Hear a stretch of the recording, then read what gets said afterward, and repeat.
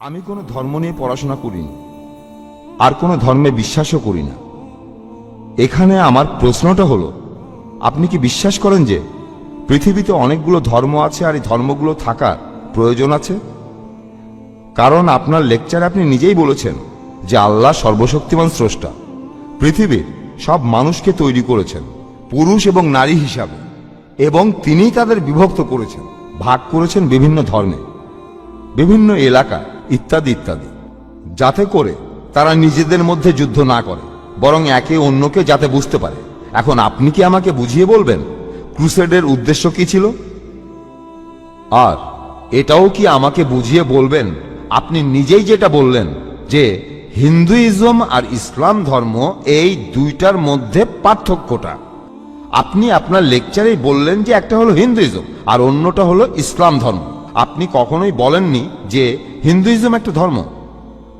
আপনার লেকচারে আপনি নিজেই বললেন হিন্দুইজম আর ইসলাম ধর্মের পার্থক্য সেটা হলো হিন্দুরা বিশ্বাস করে যে সবকিছুই স্রষ্টা, আর মুসলমানরা বিশ্বাস করে সবকিছুই হলো স্রষ্টার। যদি সবকিছুই স্রষ্টার হয়ে থাকে তাহলে এত খুনোখুনি হচ্ছে কেন? হোক সেটা ইন্ডিয়ায় অথবা পৃথিবীর অন্য যে কোনো জায়গায়, এমনকি মুসলমান দেশগুলোতে এসব হচ্ছে। অনেক ধন্যবাদ ভাই, খুব সুন্দর প্রশ্ন করেছেন। আর আপনি বললেন যে আমি আমার লেকচারে বলেছি যে সর্বশক্তিমান ঈশ্বর সব মানুষকে বানিয়েছেন মাত্র একটি যুগল থেকে, পুরুষ এবং নারী, তারপর তিনি তাদেরকে বিভক্ত করেছেন বিভিন্ন ধর্মে। ভাই, আমি এই কথাটা কখনোই বলিনি যে সর্বশক্তিমান ঈশ্বর মানুষকে বিভক্ত করেছেন বিভিন্ন ধর্মে। রেকর্ড করে রাখতে পারেন, আমি কখনোই বলিনি যে বিভিন্ন ধর্মে, আমি বলেছি বিভিন্ন জাতি আর উপজাতিতে। অনেক জাতি, অনেক রং, বিভিন্ন ধর্মে না। আল্লাহ বলেছেন ধর্ম একটাই। সর্বশক্তিমান ঈশ্বর মানুষকে কখনোই বিভিন্ন ধর্মে ভাগ করেননি। ধর্ম কেবলমাত্র একটাই, তিনি ভাগ করেছেন বিভিন্ন জাতি, রং আর বিভিন্ন ভাষায়, যাতে আপনারা একে অন্যের সাথে পরিচিত হতে পারেন। আর আপনারাও বুঝতে পারলেন যে অমুক লোকটা এসেছে অমুক জাতি থেকে, মানে অমুক অঞ্চল থেকে। ধর্ম না অঞ্চল, এটা ধর্ম না। তাই আপনি যে ধর্মের কথা বলছেন সেটা ঠিক না, বাকি সব ঠিক আছে। বিভিন্ন ভাষা, বিভিন্ন রং, বিভিন্ন জাতি, আমি একমত, যাতে তারা অন্যের সাথে পরিচিত হতে পারে, একে অন্যের সাথে যুদ্ধ করার জন্য নয়। আপনি বললেন যে আমি নাকি কখনো হিন্দুইজমকে ধর্ম বলিনি। আপনি এটাও ঠিক বললেন না। আমি বলেছি ধর্ম হলো সর্বশক্তিমান ঈশ্বরে বিশ্বাস করা। অক্সফোর্ড ডিকশনারি বলছে এই হিন্দুইজমকে বুঝতে হলে, হিন্দু ধর্মটাকে বুঝতে হলে আপনাকে এই ধর্মের ঈশ্বরের ধারণাকে বুঝতে হবে। আপনি যদি ইহুদি ধর্মকে বুঝতে চান তাহলে আপনাকে ইহুদি ধর্মের ঈশ্বরের ধারণাকে বুঝতে হবে। আপনি যদি খ্রিস্টান ধর্মকে বুঝতে চান তাহলে খ্রিস্টান ধর্মের ঈশ্বরের ধারণাকে বুঝতে হবে। যদি আপনি ইসলাম ধর্মকে জানতে চান তাহলে ইসলাম ধর্মের ঈশ্বরের ধারণাকে বুঝতে হবে। আমি সেটাই বলেছি। এই সমস্ত বিভেদগুলো কে তৈরি করেছেন? ঈশ্বর করেননি। আল্লাহ পরিষ্কারভাবে সূরা আনামের 159 নম্বর আয়াতে উল্লেখ করেছেন যে যারা দিন সম্পর্কে নানা মতের সৃষ্টি করিয়াছে তাহাদের কোনো দায়িত্ব তোমার নয়। ধর্মকে আপনি ভাগ করতে পারেন না। যারা ধর্মকে ভাগ করে তারা ভুল করছে। আপনি বললেন যে কেন মানুষ একে অন্যকে হত্যা করে, এটা আপনি তাদের জিজ্ঞেস করুন। যেমন ধরুন একজন শিক্ষক ছাত্রদের বলল নকল করো না, ছাত্ররা নকল করে। এখানে কে দোষী, শিক্ষক না ছাত্র? ছাত্র দোষী। এখানে আল্লাহ মানুষ জাতির প্রত্যেককে একটা স্বাধীন ইচ্ছা শক্তি দিয়েছেন যে তোমরা যা খুশি করতে পারো, আমি শুধু গাইডেন্সটা দেব। সর্বশেষ আর চূড়ান্ত গাইডেন্স, সর্বশেষ আর চূড়ান্ত আসমানি কিতাব হলো পবিত্র কোরআন। এখানে সব নির্দেশগুলো দেওয়া আছে। আর আল্লাহ বলেছেন, আমি আমার লেকচারও বলেছি যে সূরা মাইদার 32 নম্বর আয়াতে উল্লেখ আছে, যদি কেউ কোনো মানুষকে হত্যা করে, হোক সে মুসলিম বা অমুসলিম, হোক সে হিন্দু, ইহুদি, খ্রিস্টান, শিখ, যে কেউ, যদি সেটা হত্যাকাণ্ডের অপরাধে না হয়, যদি দুনিয়া ধ্বংসাত্মক কাজের জন্য না হয়, তাহলে সে যেন পুরো মানব জাতিটাকে হত্যা করলো। যদি কেউ কোনো মানুষকে বাঁচায় তাহলে সে যেন পুরো মানব জাতিটাকেই বাঁচালো। তাই সর্বশক্তিমান ঈশ্বর মানুষের এই একে অন্যের সাথে খুনোখুনি পছন্দ করেন না। কিন্তু মানুষ যদি তার কথা না শোনে, কাকে দোষ দেবেন? দোষ মানুষের। এই পৃথিবীতে আল্লাহ বলেছেন সূরা মুলকের 2 নম্বর আয়াতে আছে যে এই পৃথিবীতে আল্লাহ সৃষ্টি করিয়াছেন মৃত্যু এবং জীবন তোমাদিগকে পরীক্ষা করিবার জন্য। আল্লাহ মৃত্যু আর জীবন তৈরি করেছেন আমাদের সবাইকে পরীক্ষা করার জন্য। আল্লাহ এখানে ইন্টারফেয়ার করেন না, তিনি চাইলে করতে পারতেন। কোরআন বলছে যদি আল্লাহ চাইতেন তিনি সবাইকে বিশ্বাসী বানিয়ে পৃথিবীতে পাঠাতেন, তাহলে এই পরীক্ষাটা থাকতো না। যদি শিক্ষক চান পাশ করুক আর না করুক, তিনি সবাইকে পাশ করিয়ে দিতে পারেন। শিক্ষক পারেন, তবে সেটা হবে একচোখা। আর ছাত্রের স্বাধীন ইচ্ছাটার কি হবে? ছাত্ররা সবাই পরীক্ষা দিচ্ছে, সেখানে একজন ঠিকভাবে উত্তর দিতে পারলো না, তারপরও সে পাশ করলো, তখন যে পড়াশোনা করেছে সে প্রতিবাদ করবে যে আমি এই পরীক্ষার জন্য এত খাটাখাটি করলাম, আর এই ছাত্র নকল করছে, চুরি করছে, ভুল উত্তর দিয়েও সে পাশ করছে। তাহলে পরের ব্যাচ যদি তারা বুঝতে পারে যে শিক্ষক সবাইকে পাশ করান, সে ঠিক উত্তর দিক আর ভুল উত্তর দিক, তখন সবাই পড়াশোনা ছেড়ে দেবে। এভাবে আপনি একটা মেডিকেল ডিগ্রিও পেতে পারেন, কিন্তু এই ডাক্তার যখন মেডিকেল পাশ করবে, পাশ করে বের হবে, তখন সে মানুষ সারাতে পারবে না, মানুষ মারতে পারবে। আর সেজন্য আল্লাহ সুবহানাহু ওয়া তাআলা পবিত্র কোরআনের মাধ্যমে মানুষ জাতিকে নির্দেশ দিয়েছেন, হত্যা করো না, অন্যের ক্ষতি করো না, মানুষকে ভালোবাসো। আমার লেকচারে সব বলেছি, কিন্তু মানুষ যদি না করে, তার মানে তারা কোরআন মেনে চলছে না। ধরুন যে কোনো মানুষ, ধরুন সে যে কেউ হোক, সে আমেরিকান বা পাকিস্তানি হোক, সে পৃথিবীর যে কোনো জাতির মানুষ, মানুষ হয়তো বলতে পারে, ধরুন যদি আপনার নাম হয়ে থাকে কোনো মুসলমান নাম, আব্দুল্লাহ বা জাকির বা মোহাম্মদ, নাম দিয়ে বেহেশতে যেতে পারবেন না। নাম দিয়ে নিজেকে মুসলমান বলছেন, নাম আপনাকে মুসলিম বানায় না। মুসলিম কোনো লেভেল না যে আমি বললাম মুসলিম আর মুসলিম হয়ে গেলাম। মুসলিম অর্থ নিজের ইচ্ছাকে সমর্পণ করা আল্লাহ সুবহানাহু ওয়া তাআলার কাছে। যদি কারো নাম হয়ে থাকে জাকির, আব্দুল্লাহ, মোহাম্মদ, শাকির, এটা কিছু না। যদি তারা নিজের ইচ্ছাকে সমর্পণ করে আল্লাহর কাছে, তাহলে তারা মুসলিম। শুধু মুসলিম বলে ডাকলেই হবে না। পবিত্র কোরআন বলছে কিছু মানুষ শুধু মুখের কথায় মুসলিম। তাই যারা খুনোখুনি করছে তারা কোরআনের নির্দেশ মেনে চলছে না। যদি তারা কোরআনের নির্দেশ মেনে চলতো, পুরো পৃথিবীতে শান্তি বজায় থাকতো। আশা করি উত্তরটা পেয়েছে। তাহলে জাকির ভাই, যদি একজন হিন্দু কোরআনের নীতিগুলো ঠিকমতো মেনে চলে, যে নীতিগুলোর সাথে হিন্দু ধর্মগ্রন্থের নীতিগুলোর বেশ মিল রয়েছে, তাহলে একজন হিন্দু নিজেকে কি মুসলমান বলতে পারে? অথবা অন্যদিকে একজন মুসলিম নিজেকে কি হিন্দু বলে দাবি করতে পারে? কারণ আজকে আপনার লেকচারের বিষয়টাই হলো সার্বজনীন ভ্রাতৃত্ব। ডক্টর বিয়াস যখন আপনাকে প্রশ্ন করেছিলেন, আমি কিন্তু সেটা ঠিকই বুঝেছিলাম। খুবই সুন্দর প্রশ্ন। আপনারা যদি পরিষ্কারভাবে প্রশ্ন করেন, আমি উত্তর দিতে পারি আলহামদুলিল্লাহ। ভাই খুব সুন্দর প্রশ্ন করেছেন। যদি কোনো হিন্দু ইসলাম, কোরআন, হিন্দু ধর্মের মূলনীতি মেনে চলে, তাকে মুসলিম বলা যাবে কিনা, আর একজন মুসলিমকে হিন্দু বলা যাবে কিনা, খুবই সুন্দর প্রশ্ন। আসুন আমরা দেখি মুসলিম আর হিন্দু বলতে কি বোঝায়। আমি আগেও বলেছি যে মুসলিম হলো সেই লোক যে নিজের ইচ্ছাকে সমর্পণ করে আল্লাহ সুবহানাহু ওয়া তাআলার কাছে, ঈশ্বরের কাছে। হিন্দু শব্দটার সংজ্ঞা কি আপনারা কেউ জানেন? হিন্দু শব্দটার ভৌগোলিক বিশেষত্ব আছে। যে লোক ইন্ডিয়ায় বাস করে, যে লোক সিন্ধু নদীর অববাহিকায় এই সভ্যতায় বাস করে, সে একজন হিন্দু। আর এভাবে আমিও একজন হিন্দু। আপনারা কি জানেন? হিন্দু শব্দটার একটা ভৌগোলিক বিশেষত্ব আছে। যে কাউকে জিজ্ঞেস করতে পারেন। স্বামী বিবেকানন্দের মতে হিন্দু শব্দটা সঠিক নয়। ভৌগোলিকভাবে আমি একজন ইন্ডিয়ান, ভৌগোলিকভাবে আমি একজন হিন্দু। কিন্তু স্বামী বিবেকানন্দ বলেছেন যে হিন্দুদের আসলে বলা উচিত বেদান্তবাদী, তাদেরকে হিন্দু বলা উচিত না, বেদান্তবাদী। তাই যদি জিজ্ঞেস করেন ভৌগোলিকভাবে আমি হিন্দু কিনা, হ্যাঁ ভৌগোলিকভাবে আমি হিন্দু, আমি একজন হিন্দু। তবে যদি জিজ্ঞেস করেন আমি বেদান্তবাদী কিনা, বেদ মানি কিনা, আমি বলবো বেদের যে কথাগুলো পবিত্র কোরআনের কথার সাথে মিলে যায়, সেগুলো কথা মেনে চলার প্রতি আমার কোনো আপত্তি নেই। যেমন ধরুন, সৃষ্টিকর্তা মাত্র একজন। কিন্তু যদি বলেন আমি বিশ্বাস করি কিনা সৃষ্টিকর্তা ব্রাহ্মণদের মাথা থেকে সৃষ্টি করিয়েছেন, আর এমন গোত্র যেটা সবচেয়ে উপরের গোত্র, আর ক্ষত্রিয়দের তার বুক থেকে, আমি বেদ থেকে উদ্ধৃতি দিচ্ছি। যদি আপনি বেদ বিশ্বাস না করেন সেটা আপনার সমস্যা ভাই, তবে আমি বেদ থেকে উদ্ধৃতি দিচ্ছি। এখানে বেদের অনেক পণ্ডিত বসে আছেন, তাদের জিজ্ঞেস করে দেখতে পারেন। বেদ বলছে আমি না, বৈশ্যরা উরু থেকে এসেছে, আর আর শূদ্ররা এসেছে ঈশ্বরের পা থেকে। তো এই ধারণার সাথে আমি একেবারে একমত না। ঠিক তাই। তবে যদি জিজ্ঞেস করেন আমি বেদের দর্শনে বিশ্বাস করি কিনা, আমি বলবো না, হিন্দু ধর্মের এই দর্শনে আমি বিশ্বাস করি না।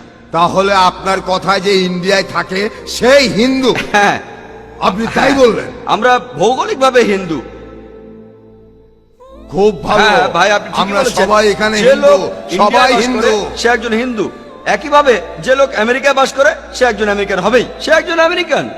খুব ভালো, ভালো, খুব ভালো, আলহামদুলিল্লাহ। খুব ভালো। তাই যে লোক ইন্ডিয়াতে থাকে, খুব ভালো। তাহলে আমরা এখানে যারা আছি সবাই হ্যাঁ। হিন্দু, আপনিও হিন্দু। ঠিক তাই, আমি আপনার সঙ্গে একমত। ভৌগোলিকভাবে ইন্ডিয়ায় যারা বসবাস করে তারা সবাই হিন্দু, আমি আপনাদের সঙ্গে একমত। ভৌগোলিক সংজ্ঞা অনুযায়ী যদি আপনি বলেন, যদি বলেন যে ইন্ডিয়ায় যারা বাস করে তারা হিন্দু, ঠিক কথা, সব পণ্ডিতই মানবেন ইন্ডিয়ায় যারা বাস করে তারা হিন্দু। ভৌগোলিকভাবে আমিও একজন হিন্দু, কিন্তু ইন্ডিয়ায় বসবাস করে আমি মুসলিম হতে পারি? হ্যাঁ, অবশ্যই। তাই একজন লোক মুসলিম হিন্দু দুটোই হতে পারে। হ্যাঁ, সেই মুসলিম যদি ইন্ডিয়ায় বসবাস করে সে একজন হিন্দু হতে পারে। তবে যদি একজন হিন্দু আমেরিকায় বসবাস করে, সে আসলে হিন্দু নয়। আপনারা জানেন সে একজন আমেরিকান। তাই হিন্দুইজমকে আপনি একটা সর্বজনীন ধর্ম বলতে পারেন না। পণ্ডিতরা তাই বলেন হিন্দু ধর্মটা শুধুমাত্র ইন্ডিয়াতে সীমাবদ্ধ। এটা কোনো ধর্ম না, এটা একটা ভৌগোলিক বিশেষত্ব। স্বামী বিবেকানন্দের মতে, তিনি একজন বিখ্যাত পণ্ডিত, হিন্দুইজম শব্দটা হলো একটা মিসনোমার। মিসনোমার মানে জানেন? মিসনোমার মানে ভুল অর্থে শব্দ প্রয়োগ করা। এই শব্দটা আসলে হওয়া উচিত বেদান্তবাদী। তাই যদি আমাকে বলেন আমি একজন হিন্দু কিনা, আমি বলবো যদি হিন্দু বলতে ইন্ডিয়ায় বসবাসকারীকে বোঝান তাহলে অবশ্যই আমি একজন হিন্দু। কিন্তু যদি বলেন হিন্দু হলো সেই লোক যে পুজো করে, একটু আগে ভাই আপনি যেটা বললেন যে সে বিশ্বাস করে অনেক অনেক দেবতা যাদের আকার আছে আর দেবতার হাত আছে, মাথা আছে, সেক্ষেত্রে আমি হিন্দু না। কিন্তু যদি ভৌগোলিক বিশেষত্বের কথা বলেন, হ্যাঁ আমি একজন হিন্দু। একইভাবে একজন হিন্দু মুসলিম হতে পারে, হ্যাঁ একজন ইন্ডিয়ান মুসলিম হতে পারে, একজন হিন্দু মুসলিম হতে পারে। কিন্তু যদি সেই ইন্ডিয়ান মূর্তি পূজা করে, সে মুসলিম হতে পারবে না। কারণ পবিত্র কোরআনে সূরা নিসার 48 নম্বর আয়াতে উল্লেখ আছে, এছাড়া সূরা নিসার 116 নম্বর আয়াতে উল্লেখ আছে যে আল্লাহ সুবহানাহু ওয়া তাআলা তার সহিত শরীক করাকে ক্ষমা করেন না, কাউকে শরীক করা হলে। এছাড়া অন্য সব ইচ্ছা করলে ক্ষমা করতে পারেন, তবে শিরকে তিনি ক্ষমা করেন না। তাই একজন ইন্ডিয়ান যে ইন্ডিয়ায় বাস করে ভৌগোলিকভাবে হিন্দু মুসলিম হতে পারে, কিন্তু যদি সেই ভৌগোলিক হিন্দু ইন্ডিয়ান আল্লাহর আদেশ না মানেন, অর্থাৎ এক ঈশ্বরে বিশ্বাস না করা, নবী সাল্লাল্লাহু আলাইহি সাল্লামকে বিশ্বাস না করা, তাহলে সে মুসলিম হতে পারবে না। যে মুসলমান কোরআনের নির্দেশ মেনে চলে আর ইন্ডিয়ায় বাস করে, সে একজন ইন্ডিয়ান মুসলিম। আশা করি পরিষ্কার হয়েছে। হাই, আমার নাম দীপক মিশ্রা এবং আমি আপনাকে নমস্তে বলতে চাই। আমার প্রশ্ন হচ্ছে, আসলে আমি একজন হিন্দু এবং আমি মুসলমান মেয়েকে বিয়ে করেছি ভারতে এবং ইনশাআল্লাহ আগামী মাসে সে সৌদি আরবে আসবে। আমি তাকে বলেছিলাম আমি ডক্টর জাকির নায়েকের বক্তৃতা শুনতে যাব। তখন সে বলেছিল দয়া করে তার কাছে যাবে না, তিনি শিয়াদের বন্ধু বলে থাকেন। আসলে সে একজন শিয়া। সে বলল না, তার কাছে যেও না। এবং আমার শাশুড়িও বললেন না, তার কাছে যেও না, তিনি শিয়াদের বন্ধু বলবেন এবং তুমি আমাদের ছেড়ে চলে যাবে। তাই এটা হচ্ছে প্রথম সন্দেহ যে আমার মনের মধ্যে রয়েছে। এবং দ্বিতীয় বিষয়টি হচ্ছে আমার একটি সাধারণ প্রশ্ন আছে, এই অর্থে যে যদি আমরা বলি সবকিছু ঈশ্বর এবং সবকিছুই ঈশ্বরের হিন্দু ও মুসলিম ধর্মে, তাহলে কেন ঈশ্বর চান আমরা সবাই তার উপাসনা করি? কেন তিনি আমাদের সৃষ্টি করলেন? যে কোনো ধর্মে যখন আমরা সৃষ্টি নিয়ে আলোচনা করি, কেন তিনি আমাদের সৃষ্টি করলেন, কেন তিনি আমাদের উপাসনা চান, কেন তিনি তার উপাসনার জন্য আমাদের এত ত্যাগ চান, এবং কেন তিনি জীবজন্তু কিংবা অন্যদের উপাসনা করতে বলেন না, কেন কেবল মানুষকেই বলেন?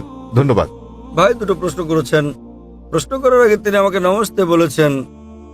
ভাই আপনি নমস্তের মানেটা কি জানেন?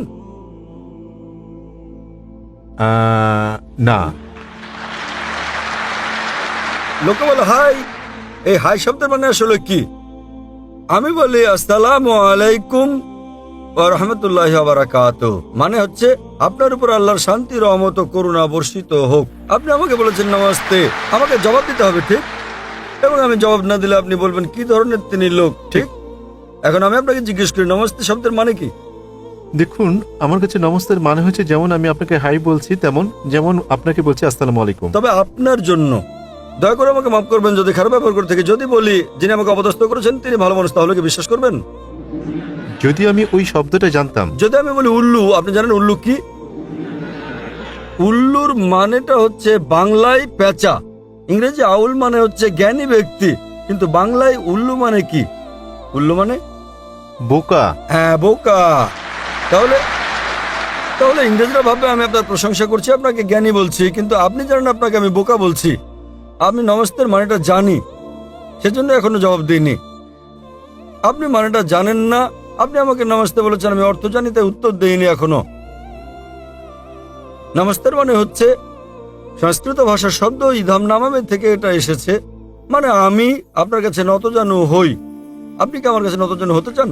অবশ্যই, আপনি তার কাছে নতজানু হতে পারেন যার অনেক জ্ঞান আছে। ঠিক আছে, আপনার মতে জ্ঞানী ব্যক্তির কাছে নতজানু হওয়া যায়, কিন্তু কোরআন অনুযায়ী এবং ইসলাম ও বেশিরভাগ ধর্ম অনুযায়ী আপনি সর্বশক্তিমান ঈশ্বর ছাড়া আর কারো কাছে মাথা নত করতে পারেন না। আপনি জানেন অনেক হিন্দু আমার আলোচনার শেষে তারা এসে আমার পায়ে স্পর্শ করে। আপনি জানেন তারা কি বলে? हमने पहले बार भगवान का अवतार खुद देखा आंख से। এই জীবনে দেবতাকে সচক্ষে দেখলাম প্রথম। হিন্দুরা আমাকে বলে, তাই আমি বলি, দেখেন ভাই, আমি জানি আপনি আমাকে সম্মান করেন, আমাকে ভালোবাসেন, আমি এর প্রশংসা করি, তবে সত্য ঈশ্বর ছাড়া আর কারো কাছে মাথা নত করা হচ্ছে শিরক। এমনকি হিন্দু ধর্ম মতো আপনি ঈশ্বর ছাড়া আর কারো কাছে মাথা নত করতে পারেন না। তাই আমি তাকে সংশোধন করছি যে সম্মান ভালোবাসায় করলেও ভালোবাসা আর সম্মানের মাত্রা ছাড়ানো ঠিক নয়। যখনই মাত্রা অতিক্রম করবেন তখনই তা শিরক, ঈশ্বরের শরীক সাব্যস্ত করা। পরে অনেক হিন্দু আমার কাছে এসে আমাকে অনেক প্রশংসা করেছে, তারা আমাকে ঈশ্বরের কাছাকাছি নিয়ে গেছে। আমি বলি, আমি দেবতা নই, আপনারা কেবল সর্বশক্তিমান ঈশ্বরের কাছে মাথা নত করতে পারেন। আমি বলি, জ্ঞান হলো ঈশ্বরের দান, এটা ঈশ্বরের দান। তাই যখন আপনারা আমাকে দেখেন তখন বলতে পারেন মাশাআল্লাহ। মাশাআল্লাহ মানে আল্লাহর যেমন ইচ্ছা, মানে আমার চেষ্টা সর্বশক্তিমান ঈশ্বরের ইচ্ছার কারণে, অন্যথায় আমি তো তোতলা ছিলাম। সেজন্যই নমস্তে ইসলামের বিপক্ষে আর প্রকৃতপক্ষে হিন্দু ধর্মগ্রন্থেরও বিপক্ষে। যদিও কিছু পণ্ডিত বলেন যে ইদাম নামে হতে পারে প্রশংসা হোক, প্রকৃত অর্থ আমি তোমার কাছে মাথা নত করি। ইসলামে আসসালামু আলাইকুম, আপনার উপর শান্তি বর্ষিত হোক, আপনি যখন খুশি যে কোনো জায়গায় বলতে পারেন এটা। ইংরেজিতে আমরা বলি গুড মর্নিং, মুষলধারে বৃষ্টি হলেও আমাদের বলতে হবে গুড মর্নিং। লোকটা হয়তো স্ত্রীর সঙ্গে ঝগড়া চলছে, তাও কেউ হয়তো বললো গুড মর্নিং, তাকে বলতে হবে গুড মর্নিং, অথচ তার মন বলছে এমন মর্নিং যেন জীবন আর না আসে, তবুও তাকে বলতে হচ্ছে good morning, good evening, good night. তাই ইসলাম ধর্মে উত্তম হচ্ছে আসসালামু আলাইকুম, আপনার উপর শান্তি বর্ষিত হোক। আর আমি এটা কামনা করি, কারণ কোরআন বলছে সূরা নিসা অধ্যায় নম্বর 4 আয়াত নম্বর 86, যদি কেউ তোমাকে সৌজন্যমূলক অভিবাদন জানায় তাকে আরো বেশি সৌজন্য দেখাও। অর্থাৎ কেউ তোমাকে সৌজন্য দেখালে তাকে আরো বেশি সৌজন্য দেখাও, অথবা কমপক্ষে সে যতটা দেখিয়েছে। তাই আপনাকে বলছি আসসালামু আলাইকুম ওয়া রাহমাতুল্লাহি ওয়া বারাকাতুহু, আল্লাহর শান্তি ও রহমত বর্ষিত হোক আপনার উপরে। ভাই ওয়ালাইকুম আসসালাম। ফিরে আসছে আপনার প্রশ্নে।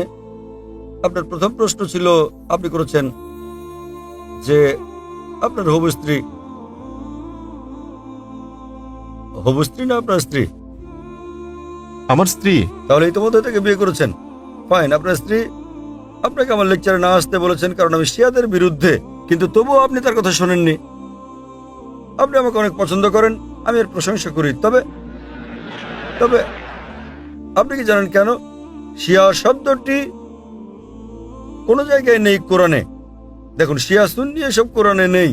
কোরআনে বলা হচ্ছে সূরা আলে ইমরান অধ্যায় নম্বর 3 আয়াত নম্বর 103, ওয়াতাসিমু বিহাবলিল্লাহি জামিআ ওয়া লা তাফরাকু। আল্লাহর হাতলকে শক্তভাবে ধারণ করো এবং বিচ্ছিন্ন হও না। আমাদের মুসলিমদের দৃঢ়ভাবে আল্লাহর হাতলকে ধরতে হবে এবং আমরা পরস্পর বিচ্ছিন্ন হব না। এবং সর্বশক্তিমান আল্লাহ কোরআনে বলেছেন সূরা আনাম অধ্যায় নম্বর 6 আয়াত নম্বর 159 যে হে নবী, যে ইসলাম ধর্মে বিভক্তি সৃষ্টি করে তার ব্যাপারে আপনার কিছু করার নেই, আল্লাহ তার বিষয়টি দেখবেন শেষ বিচারের দিনে। তাই ইসলাম ধর্মে বিভক্তি সৃষ্টি করাটা হচ্ছে নিষিদ্ধ। সুতরাং যে ইসলাম ধর্মে বিভক্তি সৃষ্টি করে সে কোরআন এবং সুন্নাহর বাইরে চলে গেল। আপনি আপনার স্ত্রীকে বলুন, ডক্টর জাকির নায়েক বলেছেন শিয়া সুন্নি বলে কোনো কথা নেই। কোরআনে বলা হয়েছে আতিউল্লাহ ওয়া আতিউর রাসূল, আল্লাহ এবং তার রাসূলের অনুসরণ করো। আমাদের কি করতে হবে? আমাদের মেনে চলতে হবে কোরআন এবং সহিহ হাদিস, নবী মুহাম্মদ সাল্লাল্লাহু আলাইহি সাল্লামের সহিহ হাদিস। এবং একটা লেভেলে আপনি দিতে পারেন মুসলিম। তাই আমি নিজেকে শিয়া সুন্নি বলি না, আমি নিজেকে বলি মুসলিম। তো আপনি আজ আপনার স্ত্রীকে বলুন আমি ডক্টর জাকির নায়েকের সঙ্গে সাক্ষাৎ করেছি, তিনি নিজেকে বলেছেন মুসলিম। আর আমি না সুন্নিদের বিপক্ষে না শিয়াদের বিপক্ষে, আমি বলি সবাই মুসলিম। যে নামেই তারা নিজেদেরকে বলুক না কেন, আল্লাহ এবং রাসূলের দিকে ফিরে আসুন। যখন আমি জবাব দেই, কিছু কিছু মুসলিম হয়তো তারা কোরআন এবং সুন্নাহ বিরোধী কিছু মেনে চলেন, তারা বিরক্ত হতে পারেন। তাই আপনার স্ত্রীকে জিজ্ঞেস করুন, তুমি কি কোরআন সুন্নাহ বিরোধী কিছু মেনে চলো? যদি না চলো তো ডক্টর জাকির নায়েককে ভয় পাও কেন? যদি তাই হয়, হ্যাঁ, তাহলে সংশোধন হতে হবে এবং কোরআন সুন্নাহর পথে আসতে হবে। জাকির নায়েক যা বলে তা মানতে হবে না। জাকির নায়েক ইসলামে জিরো। আতিউল্লাহ ওয়া আতিউর রাসূল, আল্লাহ এবং তার রাসূলের পথ অনুসরণ করো। তাই আপনার স্ত্রীকে বলুন, তিনি কোরআন এবং সহিহ হাদিসের বিপরীতে যদি কিছু অনুসরণ করে থাকেন তাহলে তাকে সংশোধন করতে হবে, তার নিজেকে মুসলিম পরিচয় দেওয়া উচিত, কারণ শিয়ার কথাটা কোরআনে কোথাও উল্লেখ নেই। তবে আমি প্রশংসা করি যে আপনি আপনার স্ত্রীকে ভালোবাসেন কিন্তু আমাকেও ভালোবাসেন, মাশাআল্লাহ। তাই আপনি আমার লেকচার শুনতে এসেছেন। এবার আপনার দ্বিতীয় প্রশ্নে আসি যে কেন ঈশ্বর আমাদেরকে সৃষ্টি করেছেন এবং ঈশ্বর কেন আমাদের কাছে উপাসনা চান, কেন তিনি জীবজন্তুদের উপাসনা চান না, ঈশ্বর কেন আমাদের উপাসনা চান, এই সংক্রান্ত প্রশ্নের জবাব ইতোমধ্যে আমি দিয়েছি। আমার মনে হয় আপনি দেরিতে এসেছেন, আমি জানি না। যে আমরা ঈশ্বরের উপাসনা করি, আমরা তার প্রশংসা করি, লোকেরা আমাকে প্রশ্ন করে কেন আমি বলি আল্লাহু আকবার, কেন আমরা ঈশ্বরের প্রার্থনা করি। আমি বলি দেখেন, ইসলাম ধর্মে আমরা ঈশ্বরের প্রার্থনা করি বা না করি তাতে আল্লাহ সুবহানাহু ওয়া তাআলার কিচ্ছু এসে যায় না। যখন আমি বলি আল্লাহু আকবার, আল্লাহ মহান, তিনি আগে থেকেই তো মহান। আমি আল্লাহু আকবার বললে তিনি মহান হয়ে যাবেন না? তাও কেন আমরা বলি? আপনি জানেন কেন বলি? কারণ যখন আমি কারো প্রশংসা করি, যখন আমি কাউকে মহান বলি, সেটা একটা মানবিক প্রবণতা যে আমি চেষ্টা করি তার নির্দেশ মেনে চলতে। তাই আল্লাহর প্রশংসা করার কারণ এটা নয় যে তিনি বড় হয়ে যাচ্ছেন যখন আমরা তার প্রশংসা করছি। যে মুহূর্তে আমরা তার প্রশংসা করি সেই মুহূর্তে কোরআনে দেওয়া তার নির্দেশ পালন করি আমরা। তাই প্রথমে আমাদের শনাক্ত করতে হবে কে সর্বশক্তিমান ঈশ্বর, তারপর তিনি কি মেনে চলতে বলেছেন। তাই তো মুসলিম মানে যিনি সর্বশক্তিমান ঈশ্বরের কাছে নিজের ইচ্ছাকে সমর্পণ করেন। কোরআনে বলা হয়েছে সূরা জারিয়াত অধ্যায় নম্বর 51 আয়াত নম্বর 56 যে আমি জিন ও মানুষকে আমার উপাসনা ছাড়া অন্য কোনো কারণে সৃষ্টি করিনি। সর্বশক্তিমান ঈশ্বর তার উপাসনার জন্য আমাদের সৃষ্টি করেছেন এবং যে কারণে তিনি আমাদের উপাসনা চান তা হচ্ছে তিনি আমাদের এইরকম ক্রাইটেরিয়া মুক্ত করেছেন। এটা হচ্ছে মানব জাতির জন্য নির্দেশনা ম্যানুয়াল, মানব জাতির ভালো মন্দ। তাকে উপাসনার সময় আমরা তার প্রশংসা করি, স্বভাবতই আমাদেরকে তার নির্দেশ পালন করতে হবে। আর যখন আমরা সর্বশক্তিমান ঈশ্বরের নির্দেশ মেনে চলি সেটা আমাদের জন্যই ভালো। উদাহরণস্বরূপ যদি আপনি ডাক্তারের কাছে যান, ডাক্তার আপনাকে চিকিৎসাপত্র দিলে সেটা আপনি মেনে চলেন কি না? হ্যাঁ। হ্যাঁ, কেন? কারণ আপনি অসুস্থ, তিনি হলেন ডাক্তার। একইভাবে সর্বশক্তিমান ঈশ্বর আমাদেরকে প্রেসক্রিপশন দিয়েছেন কোরআনে এবং সহিহ হাদিসে। মানুষের জন্য ভালো মন্দের কথা বলা হয়েছে। যখন আমরা তার প্রশংসা করি, উপাসনা করি, স্বভাবতই আমরা তখন তার হুকুম পালন করি। যদি আপনি বিশ্বাস না করেন যে লোকটি ডাক্তার, তাহলে তার প্রেসক্রিপশনকে আপনি মেনে চলবেন না। সুতরাং যখন আপনার ডাক্তার পছন্দ হবে তার কথা মতো আপনি চলবেন। আর এই জন্য আমরা সর্বশক্তিমান ঈশ্বরের প্রশংসা করি এবং আমরা তার উপাসনা করি যাতে করে আমরা ভালো মানুষ হতে পারি। আপনি প্রশ্ন করেছেন জীবজন্তু কেন তার উপাসনা করে না। আমাদের প্রিয় নবী মুহাম্মদ সাল্লাল্লাহু আলাইহি সাল্লাম তিনি বলেছেন যে ইসলামে অন্য সকল সৃষ্টি শুধুমাত্র জিন ও মানুষ ছাড়া তাদের ইচ্ছা স্বাধীনতা নেই। অন্যান্য সৃষ্টির কোনো ইচ্ছা স্বাধীনতা নেই, ফেরেশতাদের ইচ্ছা স্বাধীনতা নেই, প্রাণীদের ইচ্ছা স্বাধীনতা নেই। এরা সবাই সর্বশক্তিমান ঈশ্বরের উপাসনা করে। প্রাণীকুল, গাছপালা, পাহাড় পর্বত সবাই সর্বশক্তিমান ঈশ্বরের উপাসনা করে। এদেরকে আরবিতে বলা হয় মুসলিম। জিন ও মানুষ আমাদেরকে সর্বশক্তিমান ঈশ্বরের ইচ্ছার স্বাধীনতা দিয়েছেন। আমরা তাকে মানতেও পারি, নাও মানতে পারি। সর্বশক্তিমান ঈশ্বর আমাদের সৃষ্টি করেছেন কারণ কোরআনে উল্লেখ করা হয়েছে যে আল্লাহর সেরা সৃষ্টি হচ্ছে মানব জাতি। এছাড়া আমাদের আকৃতি, আমাদের দেহ, আমাদের বুদ্ধি, তিনি আমাদের ইচ্ছার স্বাধীনতা দিয়েছেন। আমরা তাকে মানতে পারি, নাও মানতে পারি। আমাদের ইচ্ছার স্বাধীনতা দেওয়ার পর তিনি যাচাই করে দেখতে চান যে আমরা তাকে মানি কি মানি না। অন্য সব সৃষ্টি যেমন প্রাণী, গাছপালা, তাদের ইচ্ছার স্বাধীনতা নেই। তাই এটা বড় কিছু না যে তারা সর্বশক্তিমান ঈশ্বরের উপাসনা করে, ভালো, আলহামদুলিল্লাহ। কিন্তু মানুষকে ইচ্ছার স্বাধীনতা দেওয়ার পর যেমন বলা হয়েছে কোরআনে সূরা মুলক অধ্যায় 67 আয়াত নম্বর 2 अल्लज़ी खलक़ल मौत वल हयाता। তিনি আল্লাহ যিনি সৃষ্টি করেছেন মৃত্যু ও জীবন, কারা কাজে ভালো তা পরীক্ষা করার জন্য। সুতরাং এই জীবন পরকালের জন্য একটা পরীক্ষা। আমাদের স্বাধীন ইচ্ছা দেওয়া হয়েছে, আমরা তার উপাসনা করতে পারি, নাও করতে পারি। যদি উপাসনা করেন তাহলে আপনি ঈশ্বরের হুকুম মেনে চলছেন। আপনি মদ খেতে পারেন, নাও খেতে পারেন। যদি আপনি মদ না খান তাহলে ঈশ্বরের হুকুম মানলেন। তাহলে এইভাবে সর্বশক্তিমান ঈশ্বর আপনাকে করণীয় বর্জনীয় ঠিক করে দিয়েছেন, খুব অল্প সংখ্যক। আর অবশিষ্ট সবকিছু আপনার ইচ্ছাধীন। তাই এইসব করণীয় বর্জনীয় বিষয়ের প্রতি যত্নবান হলে আপনি হুকুম মেনে চললেন, তার উপাসনা করলেন এবং আপনি পরীক্ষায় উত্তীর্ণ হবেন। এই জীবন পরকালের জন্য একটা পরীক্ষা। আশা করি উত্তরটা পেয়েছেন ভাই। আমার নাম আদিত্য, আর আমি চেন্নাইয়ে ইঞ্জিনিয়ারিং এর শেষ বর্ষের ছাত্র।